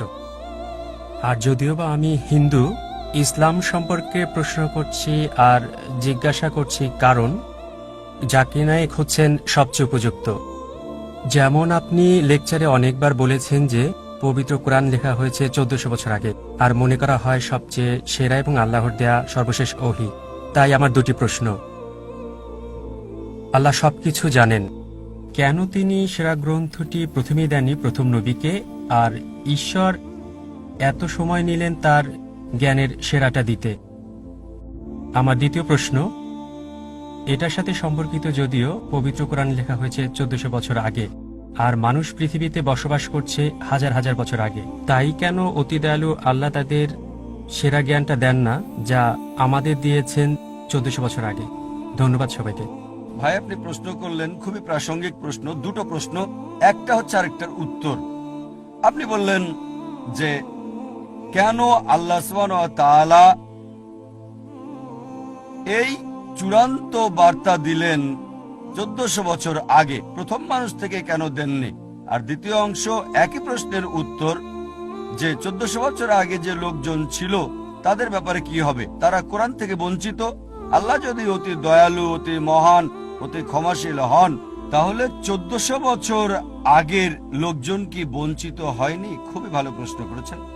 আপনার প্রশ্নের উত্তরে বলছি, আমার ছেলে আমাকে বলল, আব্বা, বাবা, তুমি চাও আমি ডাক্তার হই, তাহলে কেন নার্সারিতে প্রথম শ্রেণীতে, দ্বিতীয় শ্রেণী, তারপরে স্কুল কলেজে ভর্তি করালে? আমাকে বলো তো, সরাসরি মেডিকেল কলেজে ভর্তি করালে না কেন? যদি আমার ছেলেকে ডাক্তার বানাতে চাই, আমি সরাসরি তাকে মেডিকেল কলেজে ভর্তি করাতে হবে না। প্রথমে তার জন্য ক্ষেত্র তৈরি করতে হবে। প্রথমে সে প্রি প্রাইমারি স্কুলে যাবে, তারপর স্কুলে যাবে, স্ট্যান্ডার্ড 1, এভাবে স্কুল পাস করবে, তারপর হাই স্কুলে যাবে, তারপর কলেজ যখন যোগ্যতা অর্জন করবে তখন মেডিকেল কলেজে যাবে সে। একইভাবে সর্বশক্তিমান আল্লাহ, যিনি অদৃশ্য জ্ঞানের মালিক, যার সকল কিছুর জ্ঞান আছে, মানব জাতির ব্যাপারে যিনি জানেন, তাই এটা বলা হয়েছে পবিত্র কোরআনে সূরা রাদ অধ্যায় নম্বর 13 আয়াত নম্বর 38। আল্লাহ বলেন, लिकुल्ल अजलिन किताब। কিতাব দেওয়া হয়েছে প্রত্যেক যুগে, প্রত্যেক সময়ে। কোরআনে 4টার নাম বলা হয়েছে, তাওরাত, জাবুর, ইনজিল এবং কোরআন। অনেক কিতাব নাজিল করা হয়েছে। প্রথম কিতাব নাজিল করেছেন কারণ সর্বশক্তিমান আল্লাহ জানতেন যে মানব জাতির আরো উন্নতি করতে হবে। যদি সেই সময় কোরআন নাজিল করতেন, সেই প্রথম সময়ে আমাদের আদি পিতা আদম আলাইহিস সালামের সময়, তিনি জানেন যে মানুষ এটা বহন করতে পারবে না। এ কারণে যে কিতাব কোরআনের আগে এসেছে, মানে ইনজিল, এখন হলো বাইবেল, যদিও আমরা বাইবেলকে ইনজিল বলে মনে করি না, তবে বাইবেলের কিছু অংশ হয়তো ঈশ্বরের বাণী। এটা বলা হয়েছে বাইবেলে গসপেল অফ জন অধ্যায় নম্বর 16 অনুচ্ছেদ 12 থেকে 14। যিশু আলাইহিসসালাম বলছেন, আমার অনেক কিছু বলার আছে, এখন তোমরা তা সহ্য করতে পারবে না। যখন সত্যের আত্মা আসবে, সে তোমাদের সত্যের পথ দেখাবে, তোমাদের আশার পথ দেখাবে, আমাকে সম্মানিত করবে। তা যিশু আলাইহিসসালাম জানতেন। তারপরও তিনি বলেছেন, তোমরা তা সহ্য করতে পারবে না, এজন্যই সর্বশেষ এবং চূড়ান্ত নবী আসবে, সে তোমাদের আশার পথ দেখাবে। এভাবে সর্বশক্তিমান আল্লাহ ভালোভাবেই জানতেন কোন সময়টা সর্বশেষ ও চূড়ান্ত বার্তা কোরআন নাজিলের উপযুক্ত সময়, আর সেটা ছিল 1400 বছর আগে। এবার আপনার দ্বিতীয় প্রশ্নে আসি, কোরআনের আগের লোকজনের কি হবে? তাদের ব্যাপারে বলি, আমার ছেলে যদি ক্লাস 1-এ পড়ে, তাকে মেডিকেল কলেজের প্রশ্নপত্র দেওয়া হবে না, ক্লাস 1-এর প্রশ্নই তাকে দেওয়া হবে। যদি হাই স্কুলে যায়, হাই স্কুলের প্রশ্নই তাকে দেওয়া হবে, তারপর জুনিয়র কলেজ। ঠিক একইভাবে সর্বশক্তিমান আল্লাহর মূল বার্তা সব গ্রন্থেই, সব কিতাবে, প্রথম থেকে শেষ কিতাব কোরআন পর্যন্ত একই, অর্থাৎ এক আল্লাহকে বিশ্বাস করতে হবে, একমাত্র তারই ইবাদত করতে হবে। তাই সব নবীগণ, প্রথম নবী আদম আলাইহিস সালাম থেকে শুরু করে, তারপর নূহ, ইব্রাহিম, মুসা, ঈসা, মুহাম্মদ সাল্লাল্লাহু আলাইহি সাল্লাম, সবার মূল কথা একই, আল্লাহ সুবহানাহু ওয়া তাআলার একত্ববাদ, তাওহীদ সম্পর্কে। আর এই আল্লাহর একত্ববাদ, তাওহীদ নিয়ে ইনশাআল্লাহ আমি বিস্তারিত আলোচনা করব এই কনফারেন্সের শেষ দিনে, শেষ রবিবারে, 20 জানুয়ারি ইনশাআল্লাহ। আশা করি উত্তরটা পেয়েছেন। ধন্যবাদ। আমার প্রশ্নটা হলো, ইসলাম ধর্মে খতনা দেয়াটা বাধ্যতামূলক কেন? ভাই, আপনি প্রশ্ন করলেন এটা কি আবশ্যিক, এটা কি বাধ্যতামূলক যে মুসলিম পুরুষরা খতনা করবে, এটা কি ফরজ? ভাই, এটা ইসলামে আবশ্যিক না, এটা হলো সুন্নাত, এটা সুন্নতে মুআক্কাদা, এটা করলে খুবই ভালো, এটা হলো মুস্তাহাব। আর ইসলামে খতনা দেওয়াটা হলো সুন্নাত, এটা ফরজ না। তবে খতনা দেওয়ার অনেকগুলো কারণ আছে। আমি একজন ডাক্তার হিসেবে এই সুন্নতে খতনার উপরেই পুরো একটা লেকচার দিতে পারি, তবে এটা প্রশ্নোত্তর পর্ব, আমি তাই সংক্ষেপে বলছি। আজকে বিজ্ঞান আমাদের বলে, যদি একজন লোক খতনা করে, তাহলে তার কার্সিনোমা অব পিনাস হওয়ার সম্ভাবনা কম, লিঙ্গে ক্যান্সার হওয়ার সম্ভাবনা কম। খতনা দেয়া থাকলে সম্ভাবনা কম, যদি খতনা দেয়া না থাকে তাহলে সম্ভাবনা বেশি। বেশ কিছু রোগ আছে যেগুলো প্রতিরোধ করা যায় যদি খতনা দেয়া থাকে। খতনা দেওয়ার সময় প্রেপিউসটা কেটে ফেলা হয়, অর্থাৎ লিঙ্গের ফোরস্কিন কেটে ফেলা হয়। এখানে আপনারা দেখবেন যে খতনা না দেয়া কেউ যদি প্রকৃতির ডাকে সাড়া দেয়, তারপর প্রসাব করার পরে তার প্রেপিউসের ভেতরে প্রসাবের কয়েকটা ফোঁটা থেকে যায় ফোরস্কিনের ভেতরে, এ থেকে অনেক রোগ হতে পারে। চুলকানি হতে পারে, শরীরের ত্বকে প্রদাহ হতে পারে, পেপলোসাইটিস। খতনা করলে এইসব রোগকে প্রতিরোধ করা যায়। আর এছাড়াও আমরা প্রসাব করার পরে পানি দিয়ে ধুয়ে নিই, এভাবে রোগকে প্রতিরোধ করি। আজকে বিজ্ঞান আমাদের বলে একজন লোক বেশি যৌন তৃপ্তি পাবে যদি তার খতনা দেয়া থাকে, বেশি যৌন তৃপ্তি পাবে। এছাড়াও খতনা দেয়া থাকলে আপনার ত্বকে বিভিন্ন রকম ইনফেকশন হওয়ার সম্ভাবনাও কম। এখনকার বিজ্ঞান আমাদের বলে যার খতনা দেয়া থাকে তার এইডস রোগ হওয়ার সম্ভাবনাও অনেক কম। এইডসের ভাইরাস খুবই তাড়াতাড়ি ছড়াবে যদি খতনা করা না থাকে। এরকম আরো অনেক রোগকে প্রতিরোধ করা যায়। এজন্য আপনারা দেখবেন যে আজকের আমেরিকাতেই 50%-এর বেশি ছেলেকে তাদের জন্মের পরই খতনা দেওয়া হয়, তারা কিন্তু মুসলিম না। এমনকি আমেরিকার খ্রিস্টানরাও ডাক্তার বাবা মাকে জিজ্ঞেস করেন আপনারা কি আপনাদের ছেলেদের খতনা দিতে চান, আর তাদের 50%-এরও বেশি ছেলেকে খতনা দেওয়া হয়। ইসলামে আছে সেজন্য করে না, কারণ তারা জানে এতে করে তাদের ছেলেদের উপকার হবে। আশা করি উত্তরটা পেয়েছেন। আমার নাম গেমেচু তেস্তে। আমার পেশা হলো আমি কিছু শ্রমিকের জন্য জীবন ধারণের কাজ করি। আমি ইসলামে জন্মগ্রহণকারী একজন ব্যক্তি, কিন্তু ইসলামে জন্ম নিয়েও আমি খ্রিস্ট ধর্মে বড় হচ্ছি। আপনি মূলত একটি মুসলিম পরিবারে জন্মগ্রহণ করেছিলেন, তারপর আপনি খ্রিস্টান হলেন। হ্যাঁ হ্যাঁ, ঠিক আছে। তাহলে আপনার প্রশ্নটা কি? তো আমার ঈশ্বর যীশু খ্রিস্ট, তার নামে ধন্যবাদ জানাই। ডক্টর জাকির, আপনার জন্য আমার প্রশ্ন যোহন অধ্যায় 5 অদ 30 এবং যোহন 14 পদ 28 সম্পর্কিত। সেখানে বলা হয়েছে, আমার মনে হয় আপনি প্রশ্নটা ভুলভাবে উদ্ধৃত করছেন ভাই। যদি আমি ভুল না করে থাকি, আপনি জিজ্ঞাসা করছেন যে যীশু খ্রিস্ট তার উপর শান্তি বর্ষিত হোক বলেছেন, আমি পথ সত্য আর জীবন, আমার মধ্য দিয়ে না গেলে কেউই পিতার কাছে যেতে পারে না। আপনি কি এটার কথা বলছেন? হ্যাঁ হ্যাঁ, আপনি সঠিকভাবে উদ্ধৃত করছেন না। আমি কিছুটা শুনতে পেয়েছি, কিন্তু আপনার উদ্ধৃতিটি সঠিক ছিল না। তাহলে আপনি বলতে চাইছেন যে এটা বাইবেলে উল্লেখ আছে, তাই তো? হ্যাঁ। তাহলে আপনি কি একমত যে যিশু বলেছেন আমার পিতা? বাইবেলের সেই যিশু ও কোরআনের যিশু একই ব্যক্তি? আপনি কি এতে বিশ্বাস করেন? তিনি যা বলছেন তার সাথে আমি 100% একমত। কিন্তু তিনি যখন এটা বলেন তখন আপনি এর দ্বারা কি বোঝেন? আপনি যাই বোঝান না কেন, আমার প্রশ্ন হলো আপনি কি একমত? হ্যাঁ, আমি একমত 100%। হ্যাঁ, এখন আমি আপনার প্রশ্ন বুঝতে পেরেছি। কিন্তু আমার বিশ্বাস আপনি বাইবেল সম্পর্কে ভালোভাবে অবগত নন, কারণ আপনার উদ্ধৃতিটি অর্ধেক ছিল, এটি সঠিক ছিল না। আপনি যা বলছেন সেটা বাইবেলের যোহন অধ্যায় 5 পদ 6 থেকে উদ্ধৃত করছেন। না না না, যোহন অধ্যায় 14 পদ 28 এবং যোহন অধ্যায় 5 পদ 30। আপনি কি এই অধ্যায়গুলোর সাথে একমত? সেখানে কি বলা হয়েছে? সেখানে বলা হয়েছে আমার পিতা। যিশু বারবার বলছেন আমার পিতা। আপনি কি কোরআন এবং বাইবেলের যিশুর আমার পিতা বলার সাথে একমত? যোহনের অধ্যায় 5 পদ 30 আমি জানি। 30-30-30। এটা আমার মুখস্থ আছে। যোহনের অধ্যায় 5 পদ 30 আমি জানি।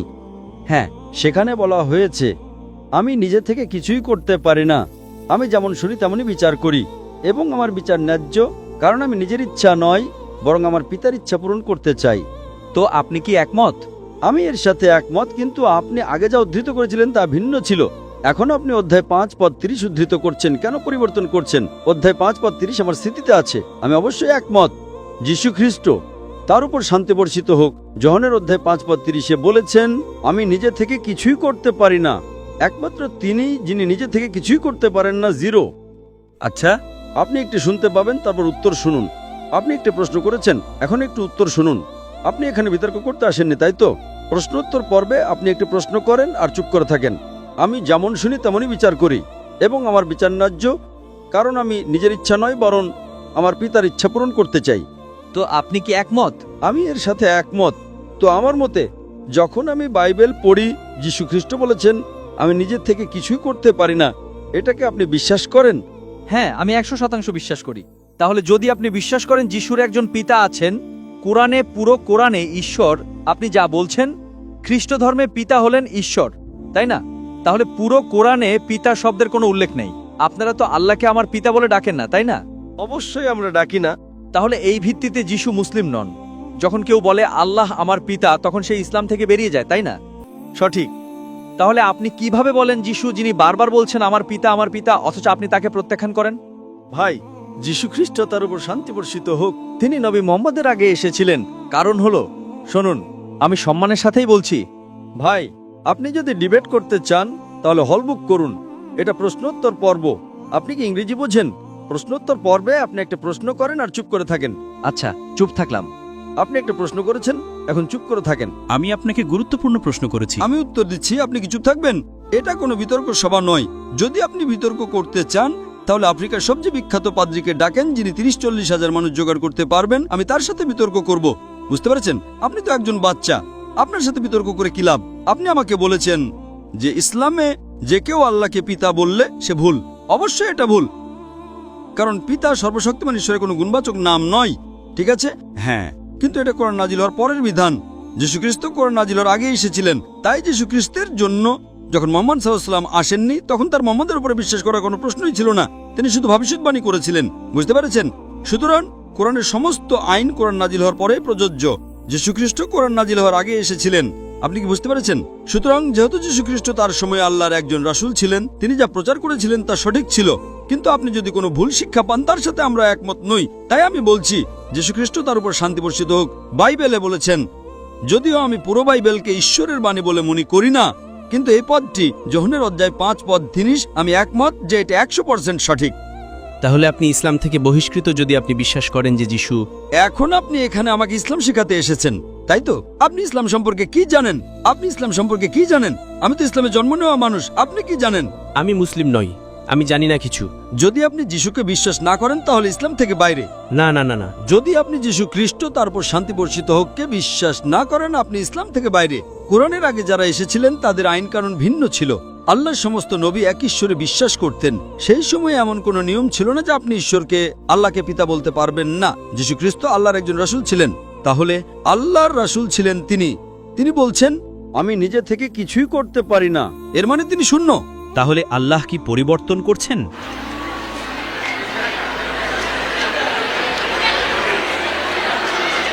আল্লাহ মন পরিবর্তন করেন না। তাহলে আপনি এমন কেন বলছেন? আপনি বলছেন যিশুর আগের নবীদের জন্য আল্লাহ পিতা ছিলেন, কিন্তু এখন তিনি পিতা নন। আপনি কি চুপ করবেন? আপনি নিয়ম ভাঙছেন। আপনি বুঝতে পারছেন না, আপনি নিয়ম ভাঙছেন। প্রশ্নোত্তর পর্বে আপনি প্রশ্ন করবেন এবং চুপ থাকবেন। আপনার বাধা দেওয়ার অনুমতি নেই। এটা কোনো বিতর্ক সভা নয়। আপনি কি ইংরেজি বোঝেন? আমার মনে হয় আপনার ইংরেজি দুর্বল। আপনার স্কুলে ফিরে যে ইংরেজি শেখা উচিত। ঠিক আছে, ঠিক আছে, ঠিক আছে। আমার ইংরেজি দুর্বল হলেও আমি আপনাকে বুঝতে পারছি। এটা নিয়ে মজা করবেন না, কেমন? সবাই আমাকে নিয়ে মজা করছেন। যখন আপনি ক্লাস 1-এ পড়েন, তারপর ক্লাস 2-তে যান, তারপর ক্লাস 3-তে যান, আপনি ক্রমাগতই বেশি জ্ঞান অর্জন করতে থাকেন।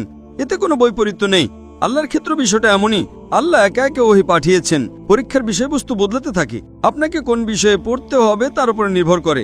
সুতরাং যিশুর সময়ে তিনি সর্বশক্তিমান ঈশ্বরের রাসূল ছিলেন। আমরা বিশ্বাস করি যে তিনি আল্লাহকে বিশ্বাস করতেন এবং আল্লাহর বার্তা প্রচার করতেন। সেই সময় যখন তিনি বলেছিলেন সর্বশক্তিমান ঈশ্বরকে পিতা বলে ডাকো, তাতে কোনো সমস্যা ছিল না। কিন্তু আপনারা তাকে ভুল বোঝা শুরু করলেন। আর যখন তাকে ভুল বোঝা শুরু করলেন, ঠিক সেই কারণেই আল্লাহ সুবহানাহু ওয়া তাআলা মহিমান্বিত কোরআনের সবকিছু হুবহু পুনরাবৃত্তি করেননি। অতীতে যা ছিল তা ভিন্ন ছিল। আল্লাহ কোরআনে সূরা মাইদা অধ্যায় 5 আয়াত নাম্বার 3-এ বলেন, আজ আমি তোমাদের জন্য তোমাদের দিনকে পরিপূর্ণ করে দিলাম, তোমাদের প্রতি আমার নিয়ামত সম্পূর্ণ করে দিলাম, আর ইসলামকে তোমাদের জন্য দিন হিসেবে নির্বাচন করলাম। এরপরে নতুন কিছু যোগ বা বিয়োগ করা যাবে না। আমি আপনাকে প্রশ্ন করছি, যখন পিতাই ঈশ্বর, তার মানে যিশু ঈশ্বর নন, আপনি কি বিশ্বাস করেন যে যিশু ঈশ্বর? হ্যাঁ, তিনি ঈশ্বরের পুত্র 100%। তাহলে তো বৈপরীত্য, খুব খারাপ বৈপরীত্য। একবার চিন্তা করেন, কোনো বৈপরীত্য নেই। আপনি বিপরীতে হয়তো। যিশু বলেছেন আমি নিজে থেকে কিছুই করতে পারি না, এর মানে আপনার ঈশ্বর কিছুই করতে পারেন না। লজ্জা হচ্ছে আপনার জন্য। লজ্জা? আমাকে অপমান করবেন না, সম্মান করুন। আপনারও লজ্জা হওয়া উচিত। আমাকে অপমান করবেন না। তাহলে তো সবাই আপনাকে এটাই বলছে, আপনার ঈশ্বর কিছুই করতে পারেন না, আপনার ঈশ্বর কোনো কাজই করতে পারেন না। আপনি বাইবেলে যোহনের অধ্যায় 5 পদ 30 থেকে উদ্ধৃত করেছেন, যিশু খ্রিস্ট তার উপর শান্তি বর্ষিত হোক বলেছেন আমি নিজে থেকে কিছুই করতে পারি না। ঈশ্বর কখনোই বলবেন না আমি কিছু করতে পারি না। তাই সে বলছে আমি আমার পিতার ইচ্ছা পালন করব। দয়া করে বক্তাকে সম্মান করুন, তাকে উত্তর দিতে দিন। আমি তাকে সম্মান করি, কিন্তু সে আমাকে নিয়ে মজা করছে। কেন? কারণ আপনার কথায় বৈপরীত্য আছে। আপনি ইংরেজি বোঝেন না। ভাইটা পাগলের মতো আচরণ করছেন। দয়া করে কেউ মাইক্রোফোনটা বন্ধ করুন। এই ভাই ধর্মপ্রচার করতে চান। ভাই, আপনি বরং এই তাঁবুটা ভাড়া করেন, আগামীকাল রাতের জন্যই তাঁবুটা ভাড়া করেন। খ্রিস্টান ধর্মে পাদ্রীরা কখনো কাউকে প্রশ্ন করতে দেয় না। আমরা আপনাকে এত সময় দিচ্ছি আর সবার সময় নষ্ট করছেন। আপনি নিজেকে হাস্যকর পাত্র বানাচ্ছেন। আপনি বলছেন ঈশ্বর কিছুই করতে পারেন না। আমি কিভাবে একমত হব? আমি আমার যিশু খ্রিস্ট তার উপর শান্তি বর্ষিত হোককে ভালোবাসি। আপনি যদি তাকে ভালো না বাসেন সেটা আপনার সমস্যা। আমি কি আমার প্রশ্ন শেষ করতে পারি? ভাই আপনি কি মাইকটা ধরতে পারেন? তো এই ভাই বাইবেলের যোহনের অধ্যায় 5:35 থেকে উদ্ধৃত করছেন, যীশু খ্রিস্ট তার উপর শান্তি বর্ষিত হোক বলেছেন, আমি নিজে থেকে কিছুই করতে পারি না। সর্বশক্তিমান ঈশ্বর কোন ধর্মেই কখনোই বলবেন না আমি কিছু করতে পারি না। সুতরাং এটা প্রমাণ করে যীশু খ্রিস্ট তার উপর শান্তি বর্ষিত হোক ঈশ্বর ছিলেন না। যদি আপনি ইংরেজি না বোঝেন সেটা আপনার সমস্যা, আমার সমস্যা নয়। আর আপনি একই কথা বারবার বলেই যাচ্ছেন।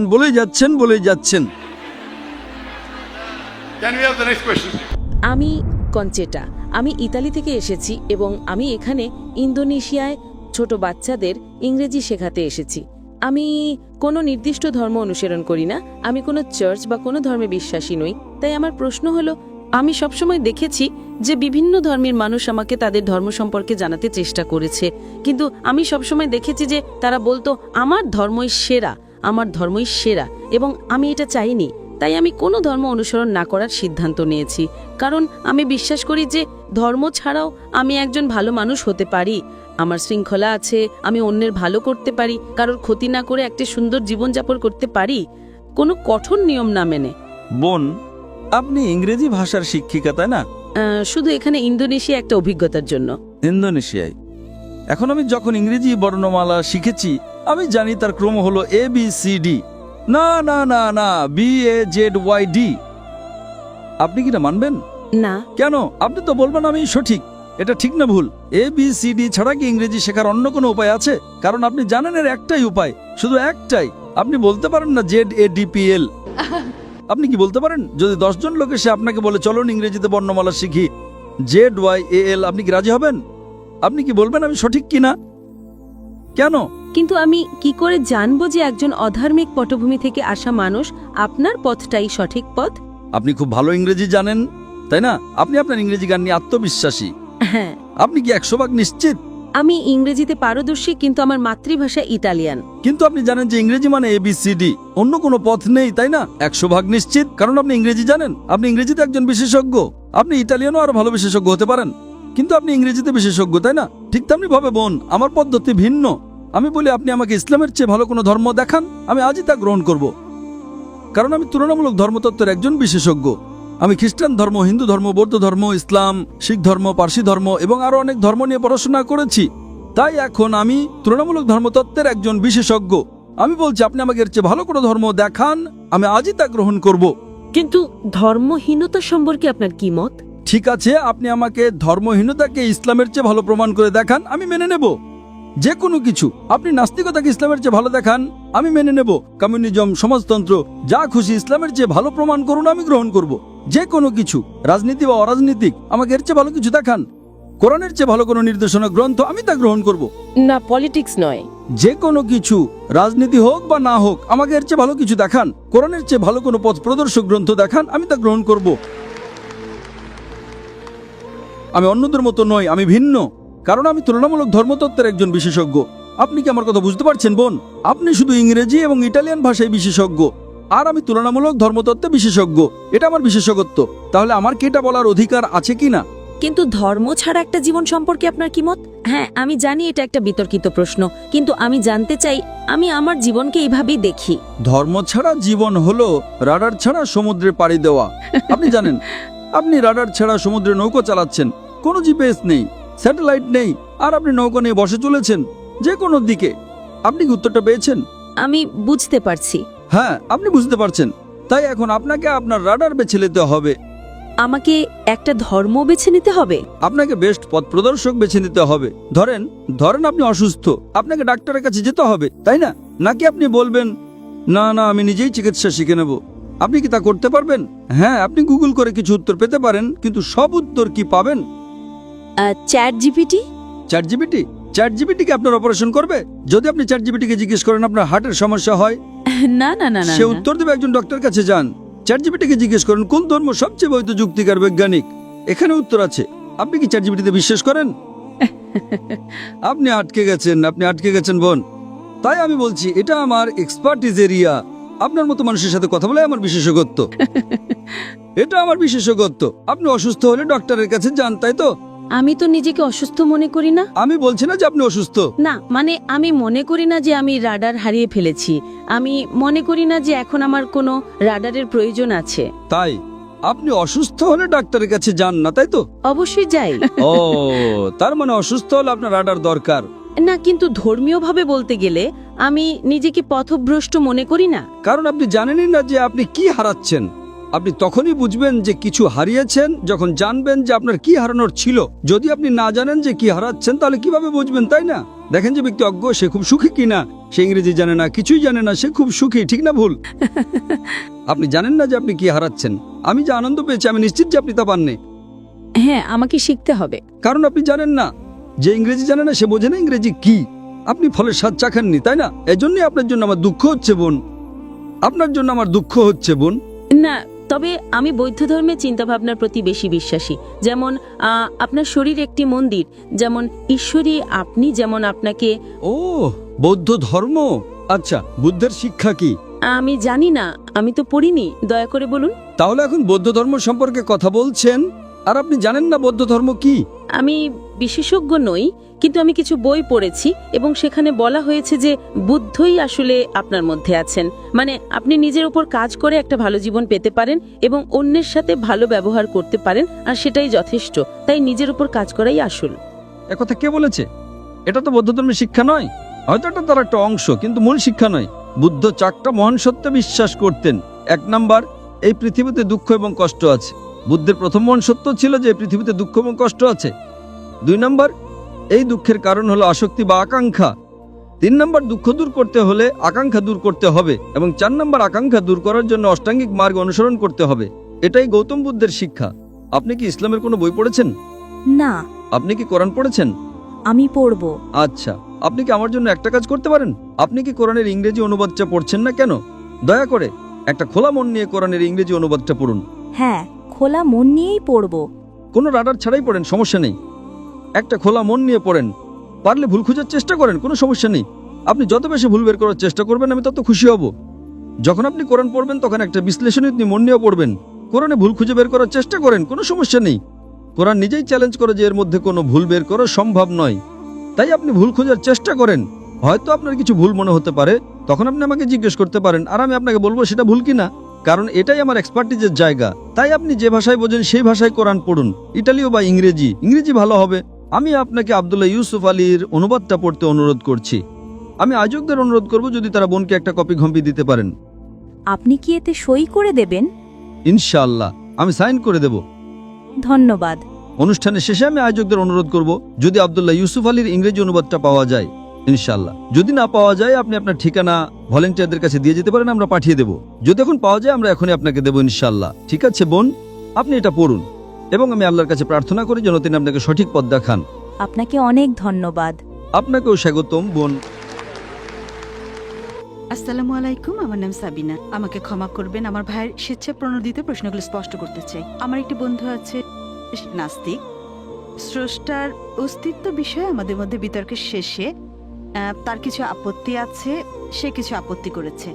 আমি যখন তাকে প্রশ্ন করলাম কোরআনের ব্যাপারে, বিশ্বের অস্তিত্বের ব্যাপারে এবং এটা প্রতিষ্ঠিত সত্য বিষয়ে কোরআন যা বলেছে, সে আপত্তি করে বলল যে এ জ্ঞান শুধু কোরআনে অন্তর্ভুক্ত ছিল না, কোরআন লিখিত হওয়ার আগে কিছু গ্রন্থ ছিল যেখানে বিশ্ব সম্পর্কে বিস্তারিত তথ্য ছিল। আর এটা শুধু কোরআনেই ছিল না। আমি এ ব্যাপারে কি বলবো? সে কি মিথ্যা বলছে? তার ধারণা কি মিথ্যে? ধর্মগ্রন্থগুলো কি আছে? আমার নিজের মধ্যে সন্দেহ আছে। আপনি জানেন কোরআন লিখিত হওয়ার আগে কি এই জ্ঞান বর্তমান ছিল? আর দুঃখিত, আরেকটি আপত্তি সে করেছে। আমি তাকে কিছু উদাহরণ দিয়েছি। সৃষ্টি জগতে যা কিছু আছে সেটা জানে, সৃষ্টিকর্তা এ সম্পর্কে জানেন। আমি বলেছি এভাবে, যদি কোনো সৃষ্টিকর্তা না থাকতো তাহলে আমরা কিভাবে অস্তিত্বশীল হলাম? যদি তুমি শুধু পেছনে ফিরে যেতে থাকো কোনোদিনই শেষ পাবে না, কোনোই শেষ নেই। আমরা কিভাবে অস্তিত্বশীল? সে বলল ধর্মীয় দৃষ্টিকোণ থেকে। তুমি বললে স্রষ্টাই প্রথম। আমি একজন নাস্তিক হিসেবে বলছি, স্রষ্টাকে কে সৃষ্টি করলো? এটাই আমার প্রশ্ন। ধন্যবাদ। বন্ধুটা প্রশ্ন করলেন যা খুবই সাধারণ। প্রথমটা হচ্ছে কোরআনে যা উল্লেখিত হয়েছে তা আগে থেকে বর্তমান ছিল, তাহলে নতুন কি এটার উল্লেখ আছে অন্য গ্রন্থে, ধর্মগ্রন্থে ইত্যাদি? এটাই ছিল প্রথম প্রশ্ন। দ্বিতীয়টা, স্রষ্টাকে সৃষ্টি করলো কে? প্রথম প্রশ্নের বিষয় হচ্ছে, আমি স্বীকার করি যে কিছু নির্দিষ্ট বিষয় কোরআনের আগেই বর্তমান ছিল, কিন্তু সেগুলোকে প্রতিষ্ঠিত সত্য বলা হতো না। প্রতিষ্ঠিত সত্য বলা হতো না। যেমন ধরেন, যে বিষয়টা আমি উল্লেখ করেছি, সূর্য, আগের মানুষ ভাবতো যে সূর্য ঘুরছে। কিছু নির্দিষ্ট বিষয় ছিল যা গ্রিকের ইতিহাস বা দার্শনিক ইতিহাসে বর্তমান ছিল, কিন্তু উদাহরণস্বরূপ পৃথিবীর ভূগোলকীয় আকারের কথা কোরআন যখন বলে, এইসব গ্রিকরা বিশ্বাস করতো যে পৃথিবী ভূগোলকীয়, কিন্তু তাদের কথাই কেউ বিশ্বাস করতো না। তাই কিছু নির্দিষ্ট বিষয়, সবগুলো না, সামান্য কিছু অংশ বর্তমানে বিজ্ঞান যা জানতে পেরেছে ও কোরআনে যা উল্লেখ করা হয়েছে তা লোকজন আগে থেকে বলতো, কিন্তু তারা বুঝতে ব্যর্থ হয়েছে যে গ্রিকরাই আরো হাজারো বিষয়ের উল্লেখ করেছে যা অবৈজ্ঞানিক। এমনকি এই গ্রিকরাই উল্লেখ করেছে যে পৃথিবী বিশ্বের কেন্দ্রে অবস্থিত, যা সম্পূর্ণ ভুল। তাই ভাবেন, যদি কয়েকশো বিষয় উল্লেখ করা হয়, অন্যদিকে মোহাম্মদ সাল্লাল্লাহু আলাইহি ওয়াসাল্লাম যদি একটা বিষয় বলেন যা সঠিক, সেটাও সম্ভব না। বোন, আমি আপনার সাথে একমত, কিছু বিষয়ের উল্লেখ ছিল বর্তমানে বিজ্ঞান প্রতিষ্ঠিত সত্য নির্দিষ্ট করার আগে, কিন্তু এইসব বিষয় তখন প্রতিষ্ঠিত ছিল না। কয়েকশো উল্লেখিত বিষয়ের মধ্যে একটা বিষয় সঠিক হওয়ার কথা বলা, একটা বিষয় নির্দিষ্ট করা আবারও অসম্ভব। একটা সম্ভব ছিল, কিন্তু হাজারটা ছিল না বোন, কারণ একমাত্র তিনিই। এমনকি বিজ্ঞানীও তা করতে পারে না, একমাত্র স্রষ্টা তিনি নিজে করতে পারেন, তিনি আল্লাহ সুবহানাহু ওয়া তাআলা। তাই আমি আপনার সাথে একমত যে অংশটা আগে থেকে উল্লেখ ছিল আগের ধর্মগ্রন্থে অথবা অন্যান্য দার্শনিক গ্রন্থে, তা খুবই সামান্য ছিল, এমনকি সেটাও অন্যান্য অবৈজ্ঞানিক বিষয়ের সাথে মিশ্রিত হয়েছিল। আপনার দ্বিতীয় প্রশ্নে আসি, স্রষ্টাকে কে সৃষ্টি করেছে? মানুষ সাধারণত দাওয়ার কাজে যুক্তির মিথ্যা কৌশল ব্যবহার করে, যা ধোঁকা দেয়। অধিকাংশ মানুষ যখন স্রষ্টার অস্তিত্ব প্রমাণ করতে চেষ্টা করে, তারা বলে প্রত্যেক বস্তুরই স্রষ্টা আছে। যেমন এই বইটা কে সৃষ্টি করেছে, বইটা কিভাবে অস্তিত্ব পেল, কেউ সৃষ্টি করেছে, কে সৃষ্টি করেছে, তারা পেছনে ফিরে যায়। আপনি কিভাবে অস্তিত্ব পেয়েছেন, কিভাবে অস্তিত্ব পেলেন? আপনার বাবা কিভাবে অস্তিত্ব পেল? আপনার দাদা, তারপর স্রষ্টা পর্যন্ত পৌঁছে। কে এই মাইক্রোফোনটা তৈরি করেছে? ফ্যাক্টরি। কে ফ্যাক্টরি তৈরি করলো? এভাবে প্রমাণ করতে চেষ্টা করে কে সূর্য সৃষ্টি করলো, স্রষ্টা। কে চাঁদ সৃষ্টি করলো, মূলত এভাবে তারা প্রমাণ করতে চেষ্টা করে সবকিছুরই স্রষ্টা আছে। আমার মতে এটা হচ্ছে ভুল যুক্তি। আমার কৌশলে যেভাবে আজ কথা বলেছি, আমি কখনোই বলিনি সবকিছুরই স্রষ্টা আছে। এটা হচ্ছে নাস্তিক যে আমাকে বলল একটা বস্তুর গঠন সম্পর্কে যে প্রথমে বলতে পারে সেই স্রষ্টা। আমি কখনোই তা বলিনি। বলেছি প্রত্যেক সৃষ্ট বস্তুরই স্রষ্টা আছে, কিন্তু সংজ্ঞা অনুযায়ী সর্বশক্তিমান স্রষ্টা অসৃষ্ট। এটা এমন যে এক ব্যক্তি, ধরেন আমার বন্ধু, সে বলল যে ভাই জন হাসপাতালে ভর্তি হয়ে একটা সন্তান প্রসব করেছিল, সেটা ছেলে না মেয়ে? বোন, অনুমান করতে পারেন ছেলে না মেয়ে? ভাই জন সন্তান প্রসব করেছিল, সেটা ছেলে না মেয়ে? আমি ঠিক বুঝতে পারছি না ব্রাদার জন। ভাই জন হাসপাতালে ভর্তি হয়ে একটা সন্তান প্রসব করেছিল, সেটা ছেলে না মেয়ে? অনুমান করতে পারেন? না, অনুমান করতে পারেন না? কেউ কি পারেন? না, আমি বলতে পারলাম না। পুরুষ কিভাবে সন্তান প্রসব করবে? সে একটা সন্তান প্রসব করেছিল এবং সেটা ছেলে না মেয়ে, প্রশ্নটাই তো অযৌক্তিক। একইভাবে আল্লাহর সংজ্ঞা হচ্ছে তিনি অসৃষ্ট। যখনই আমি বলবো যে অমুক আল্লাহকে সৃষ্টি করেছে, সে আল্লাহ হতেই পারে না। এই কারণে স্রষ্টার সংজ্ঞা হচ্ছে তিনি অসৃষ্ট। তাই সর্বশক্তিমান স্রষ্টার কোনো স্রষ্টা নেই, যদি তিনি সত্যিকার স্রষ্টা হন। আশা করি উত্তরটা পেয়েছেন। পবিত্র কোরআনে সূরা হজের ৪৭ নম্বর আয়াতে আছে, বলা হয়েছে, তোমার প্রতিপালকের কাছে একদিন তোমাদের হিসাবে 1000 বছরের সমান। এছাড়াও সূরা সাজদার 5 নম্বর আয়াতে আছে, তোমাদের প্রতিপালকের একদিনের পরিমাপ হবে তোমাদের হিসাবে 1000 বছরের সমান। এরপর সূরা মারিজের 4 নম্বর আয়াতে বলা হয়েছে, ফিরিস্তা এবং রূহ আল্লাহর দিকে ঊর্ধ্বগামী হয় এমন একদিনে যার পরিমাণ পার্থিব 50,000 বছর। তাহলে একদিন সমান কত হবে? 1000 বছর না 50,000 বছর আল্লাহ তাআলার কাছে? আপনার নাম রাহুল, তাই না? জি। আপনি তো গতকাল সৃষ্টির 6 দিন নিয়ে আমাকে প্রশ্ন করেছিলেন। মাশাআল্লাহ, আপনাকে ভালোবাসি। আমিও আপনাকে ভালোবাসি। এখন আপনাকে বলি, ইন্টারনেটে দেখবেন এগুলো খুবই কমন প্রশ্ন। আপনাকে এগুলো জানার জন্য বিশেষজ্ঞ হতে হবে না। আপনি ইন্টারনেটে চলে যান, ইসলাম বিরোধী সাইটগুলোতে এরকম অনেক কিছুই পাবেন। আমি শিওর যে ভাই রাহুল, আপনি বোধহয় পুরো কোরআন পড়েননি। পুরোটা পড়িনি। আমিও জানি। এটা ছাড়াও আমার আরো প্রশ্ন আছে।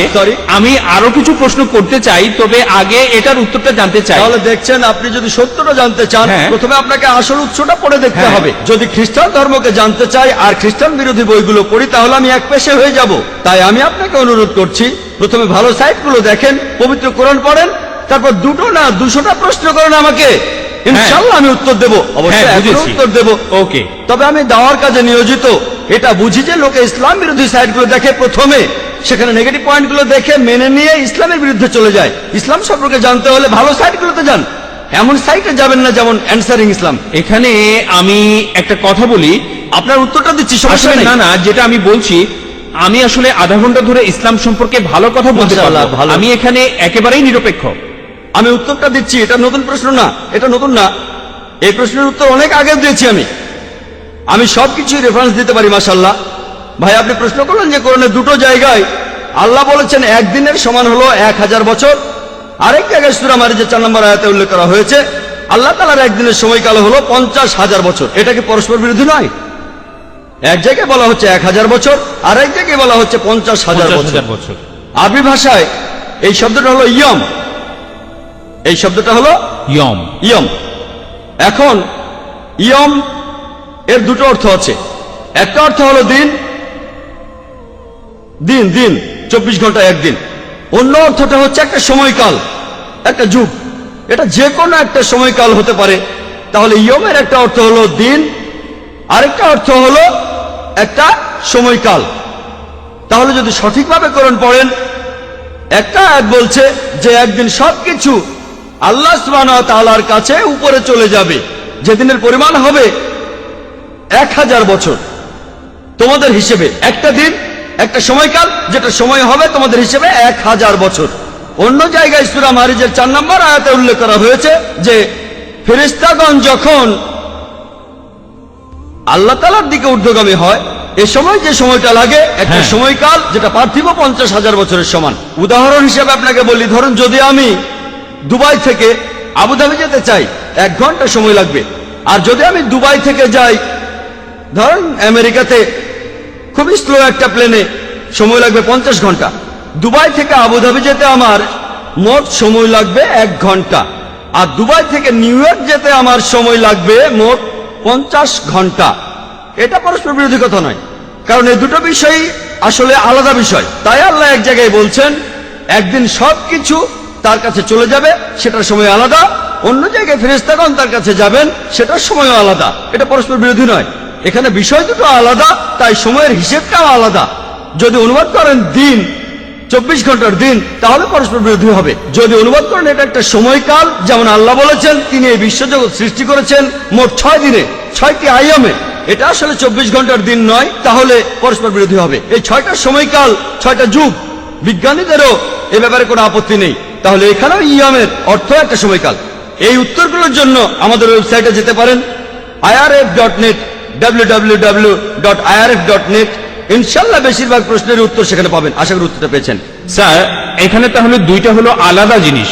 হ্যাঁ, ঠিক। এক্সেলেন্ট। আচ্ছা, আর যে শব্দটা আপনি বললেন, শব্দ 2টা আলাদা। একটা হলো দিন আর অন্যটা হলো, একটা অর্থ হচ্ছে 24 ঘন্টার দিন, অন্যটা হলো যুগ, সময়কাল। আর এই 2টা জায়গাতেই ইয়ম শব্দটা বলা হয়েছে।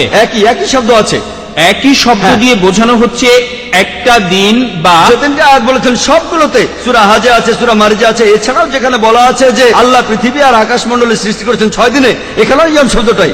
এর বহুবচন হচ্ছে আইয়াম। একই শব্দ সূরা ফুসিলাতে, আপনি হয়তো রেফারেন্সটা ভুলে গেছেন, 9 থেকে 12 নম্বর আয়াত, এখানেও আইয়াম শব্দটাই আছে। ওকে, তাহলে এই শব্দটা দিয়ে বোঝায় একদিন অথবা একটা সময়কাল, একটা যুগ। আচ্ছা, আর এই সময়কালটা হতে পারে, সময়কাল হতে পারে 1 ঘন্টা, হতে পারে 10 ঘন্টা, হতে পারে 10 বছর, হতে পারে 1000 বছর, 1 কোটি বছর। আর এই 2টা আয়াত আসলে আলাদা বিষয়ের কথা বলছে। আশা করি উত্তরটা পেয়েছেন, আশা করি কনভিন্স হয়েছি। আমার নাম রাজাজি, নিউ কলেজে ফার্স্ট ইয়ারে পড়ি। আমার আর আপনার দৃষ্টিভঙ্গি একেবারে আলাদা, তাই কিন্তু আমার নিজের মতটাও আমার জানানো উচিত। আপনি বললেন কৃষ্ণের 16,000 স্ত্রী ছিল। আমরা মুসলমানরাও 4টা বিয়ে করতে পারি। এতে এ কথাই বলা যায় একথাই বলা যায় যে এই দুইটা ধর্মই একসাথে মহিলাদের অধিকার থেকে বঞ্চিত করছেন। আপনি বললেন যে হয়তো বলতে পারেন মানুষ আসলে খুব আকর্ষণীয়, তবে এটা ব্যক্তিগত দৃষ্টিভঙ্গি। আর যদি এভাবে ব্যাপারটা দেখেন, আপনাদের দেখার ভুল আছে, আপনাদের চিন্তায় ভুল আছে। সৌন্দর্যের যে ধারণা সেটাও সময়ের সাথে বদলায়। একসময় ক্লিওপেট্রা ছিল সবচেয়ে সুন্দরী, কিন্তু এখন আর তেমনটা নেই। এখন ঐশ্বরিয়া রাই হলো 1 নম্বর। আর আপনি এও বললেন যে মূল ধর্মগ্রন্থ পড়তে, কিন্তু এতে করে কিছু উগ্রবাদী আর মৌলবাদী তৈরি হয়। আপনি যখন কোনো ধর্মে বিশ্বাস করবেন তখন নিজের অন্যায়টাকে অন্যায় মনে হবে না। আর সেটাই ঠিক সেরকমই ঘটনাই ঘটেছিল গুজরাটে। 2000 মুসলিমকে সেখানে খুন করা হয়েছে, কেউ তাদের বাঁচাতে আসেনি। কিছু কমিউনিস্ট আর ডেমোক্রেট দল এগিয়ে এসেছিল। লোকজন ধর্মীয় মূল্যবোধের উপর আস্থা হারিয়ে ফেলেছে। আর আপনাদের মতো মানুষের কাছে এই ধর্মীয় মূল্যবোধটাই সবচেয়ে বড়। এসব ধর্ম উগ্রবাদী মানুষ তৈরি করে। তাই মানুষজনকে তাদের প্রাপ্য স্বাধীনতাটা দেন, যাতে করে তারা সমাজতান্ত্রিক আন্দোলনে যোগ দিতে পারে, যেমন কমিউনিস্ট আন্দোলন। ধন্যবাদ। ভাই মনে করেন তিনি একজন কমিউনিস্ট। আপনি খুব সুন্দর প্রশ্ন করেছেন। তিনি বললেন যে যখন হিন্দুইজম অনুমতি দিচ্ছে কৃষ্ণের 16,108 জন স্ত্রী, ইসলামে বহু বিবাহ অনুমতি আছে, তাহলে হিন্দুইজম আর ইসলাম একসাথে মহিলাদের অত্যাচার করছে কেন? আপনার মত অনুযায়ী, আপনার কথা অনুযায়ী ক্লিওপেট্রা একসময় সবচেয়ে সুন্দরী ছিল, এখন আর নেই। ঐশ্বরিয়া এখন 1 নম্বর। আমার জন্য না, আপনার জন্য। আপনার কাছে যা সুন্দর আমার কাছে নাও হতে পারে, আপনার সঙ্গে একমত। এটা দৃষ্টিভঙ্গির ব্যাপার। আমিও একমত, ঐশ্বরিয়া রায় আপনার জন্য 1 নম্বর হতে পারে, আমার জন্য না।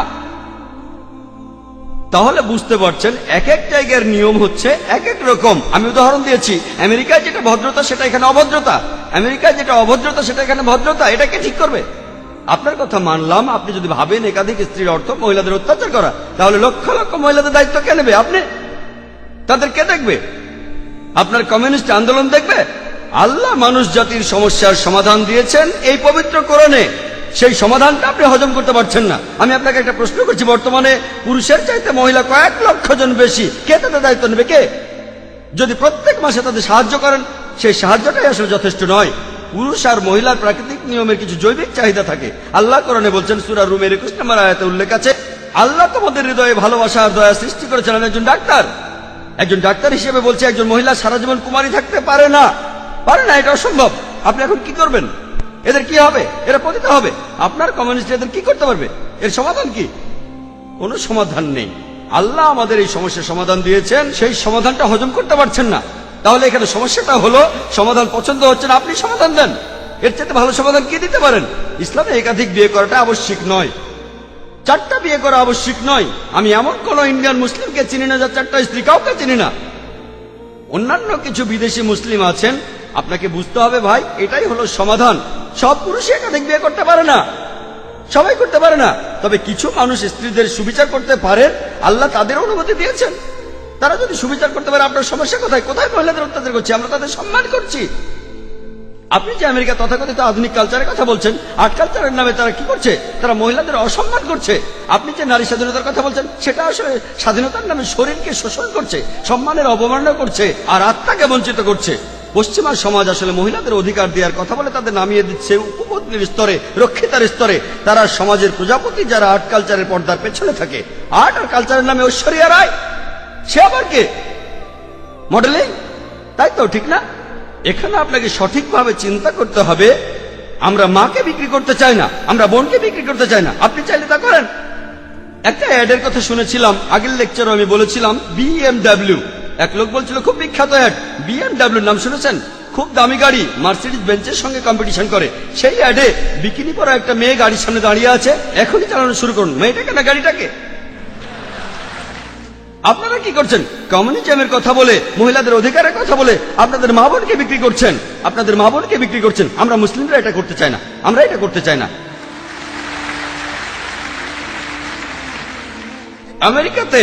আমেরিকাতে আপনি রক্ষিত রাখতে পারেন 5, 10, 20, কেউ কিছু বলবে না। আর কমিউনিজমেও রক্ষিত রাখার নিয়ম আছে। একাধিক স্ত্রী থাকলে সমান অধিকার দিতে হবে, অবিচার করতে পারবেন না, সম্মান করতে হবে, সম্পদের ভাগ দিতে হবে। এটা আপনারা হজম করতে পারছেন না। কে মহিলাদের ছোট করছে? আমি না আপনি। আর আমেরিকাতে পৃথিবীর সবচেয়ে উন্নত দেশে আমেরিকানরাই বলে যে ইসলাম মহিলাদের ছোট করে দেখে। আপনি কি জানেন পৃথিবীতে যতগুলো প্রধান ধর্ম আছে ইসলামের অনুসারী বাড়ছে সবচেয়ে বেশি হারে। যে লোকগুলো ইসলাম গ্রহণ করছে তাদের 3 ভাগে 2 ভাগই মহিলা। ইসলাম যদি মহিলাদের ছোট করে তাহলে আমেরিকান মহিলারা ইসলাম গ্রহণ করছে কেন? আমেরিকান পুরুষরা কেন ইসলাম গ্রহণ করছে? কে ডক্টর আবু আমিনা বিলাল ফিলিপসকে ইসলাম গ্রহণে বাধ্য করেছিল? ভাই আব্দুর রহিম গ্রিনকে কে জোর করেছিল? কে? যারা ইসলাম গ্রহণ করছে তাদের 3 ভাগের 2 ভাগই মহিলা, তারাও ইসলাম গ্রহণ করছে কেন? ইসলাম যদি মহিলাদের ছোট করে তাহলে কেন তারা মুসলমান হচ্ছে? কারণ তারা জানে ইসলাম মহিলাদের নিরাপত্তা দেয়, মহিলাদের সম্মান দেয়। এই নিরাপত্তাটা থাকলে আপনাদের উদ্দেশ্য সফল হবে না, এদের দিয়ে আপনারা টাকা কামাতে পারবেন না। পলিটিশিয়ানরা যেমন ডিভাইড অ্যান্ড রুলের নীতি মেনে চলে, আর্ট আর কালচারের লোকেরা তেমনি মহিলাদের অধিকারের কথা বলে। বিউটি কন্টেস্ট, কসমেটিক্স বিক্রি করা হচ্ছে, তারা এভাবে কোটি কোটি ডলার কামাচ্ছে। আপনি জানেন বিউটি কন্টেস্ট কি জন্য?